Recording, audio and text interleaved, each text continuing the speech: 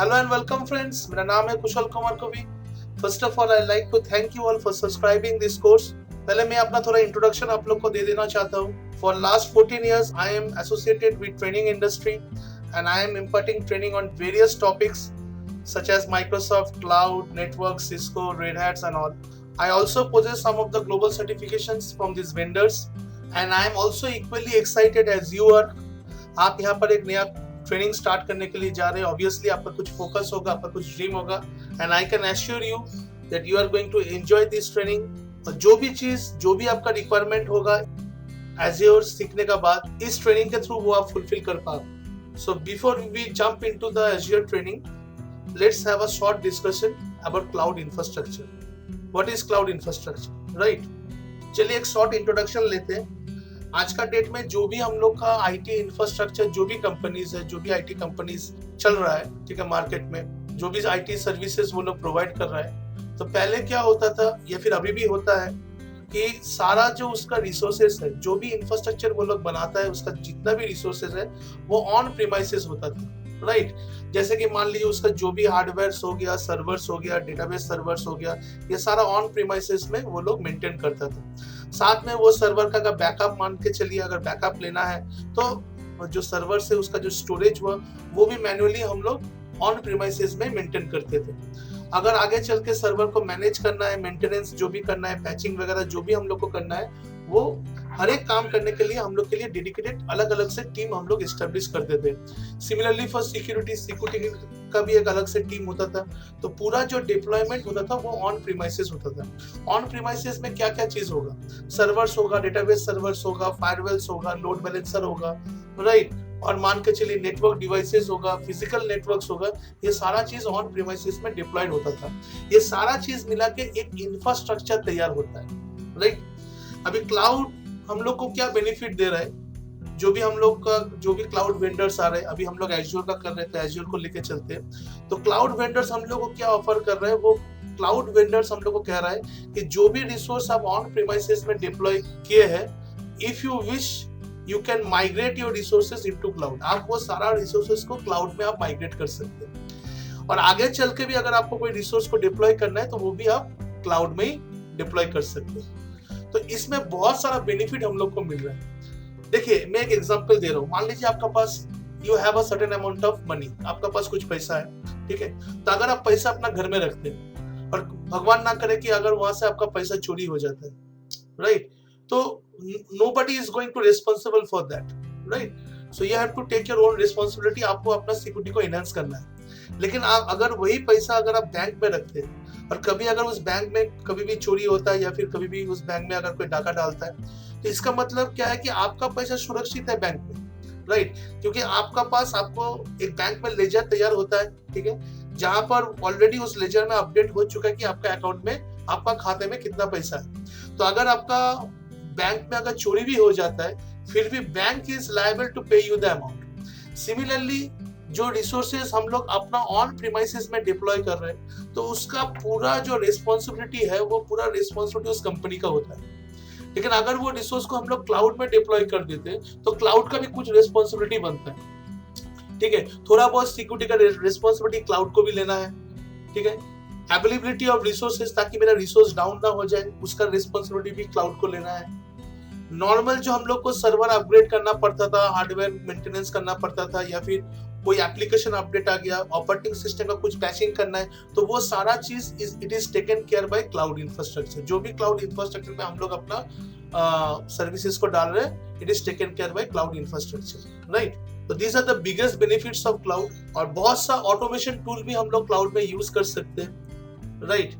तो एक single word में बोला जाए कि क्लाउड एक बहुत बड़ा पैकेज है आईटी इंडस्ट्री के लिए।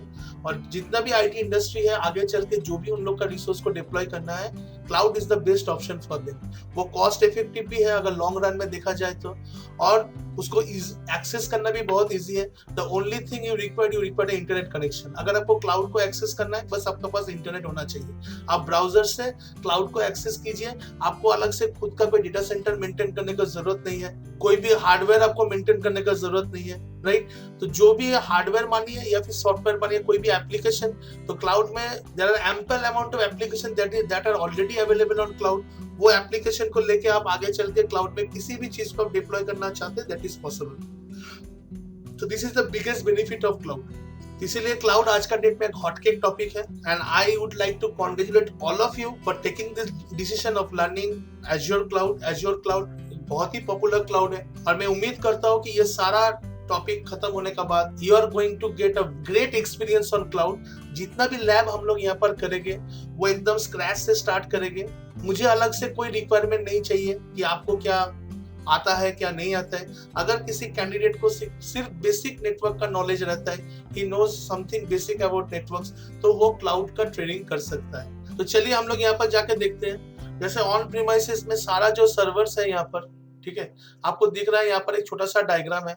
तो सारा server are manage by different departments, right. Cloud में क्या होगा, ये सारा जो सर्वर्स और सर्विसेज और नेटवर्क्स जो भी आपको दिख रहा है, these are going to hosted on cloud.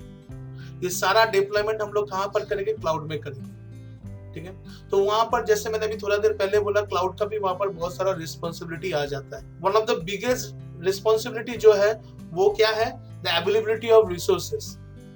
Cloud will ensure you कि आपका रिसोर्स 100% का रिसोर्स अवेलेबल रहे। अगर आपका क्लाइंट उस रिसोर्स को एक्सेस करना चाहते हैं तो उन लोग को एक्सेस मिले। इसीलिए क्या हो रहा है, बहुत सा छोटा आईटी कंपनीज है जो आज का डेट में स्ट्रगल कर रहा था। क्लाउड इंफ्रास्ट्रक्चर आने के बाद उन लोगों को भी एक एडेड एडवांटेज हो गया कि आज का डेट में मान लीजिए कोई भी एक छोटा कंपनी, ठीक है, अगर उसको किसी प्रोजेक्ट में बिड करना है तो वहां पर कुछ रिक्वायरमेंट्स होता था कि अगर उसका पास डेटा सेंटर है कि नहीं, ठीक है, एम्प्लॉयज है तो कितना एम्प्लॉयज है, चलिए एम्प्लॉयज तो हायर कर लिया जाएगा, लेकिन उतना फंडिंग नहीं होता था कि छोटा कंपनी लोग खुद का एक अपना डेटा सेंटर बना ले, राइट, या फिर खुद का एक अपना हाईटेक इंफ्रास्ट्रक्चर वो तैयार कर ले। लेकिन क्लाउड आने का बाद क्या है कि आपको खुद का इंफ्रास्ट्रक्चर तैयार करने का जरूरत नहीं है।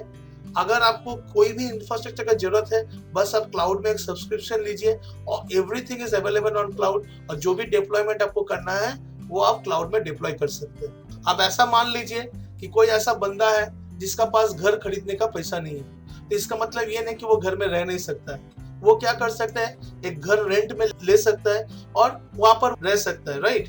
सिमिलरली आज का डेट में क्लाउड इंफ्रास्ट्रक्चर क्या कर रहा है कि वो क्लाउड ने या फिर एज्योर ने एक इंफ्रास्ट्रक्चर तैयार कर दिया है। आपको इंफ्रास्ट्रक्चर का लिए अलग से कॉस्टिंग बियर करने का जरूरत नहीं है। What you need to do, the only thing you need to take a subscription of Azure, और जितना आप रिसोर्स यूज कीजिएगा उतना रिसोर्स का ही आपको पेमेंट करना है, ठीक है। इसीलिए आज का डेट में यहाँ पर हम लोग देख सकते हैं कि छोटा सा छोटा कंपनी बड़ा बड़ा प्रोजेक्ट को बीट कर रहा है, उन लोग को प्रोजेक्ट मिल रहा है, और आईटी इंडस्ट्री का जॉब मार्केट भी बूमिंग चल रहा है, राइट, और आगे चल के ये और भी बूमिंग चलेगा। So it is the right time, you have taken your decision, let's start with the training, ठीक है। तो ट्रेनिंग में जाने से पहले एक बार हम लोग सिलेबस को डिस्कस कर लेते हैं। So this is the syllabus of azure, right. ये आपको माइक्रोसॉफ्ट का साइट पे भी मिल जाएगा। तो यहाँ पर जो भी सिलेबस में है, अभी अगर if you are new to the cloud, तो आगे चल के ये सिलेबस आप लोगों को समझ में आएगा जैसे जैसे हम लोग लैब को आगे बढ़ेंगे। Even though if you want to review this syllabus, अगर आपको रिव्यू करना है तब रिव्यू कर सकते हैं। ये सिलेबस हम लोग अपलोड कर देंगे। सो आप कोर्स का डाउनलोड सेक्शन में जाके वहां से in PDF format you can download this syllabus, right. So once again I welcome you all to the course and thank you for joining the course.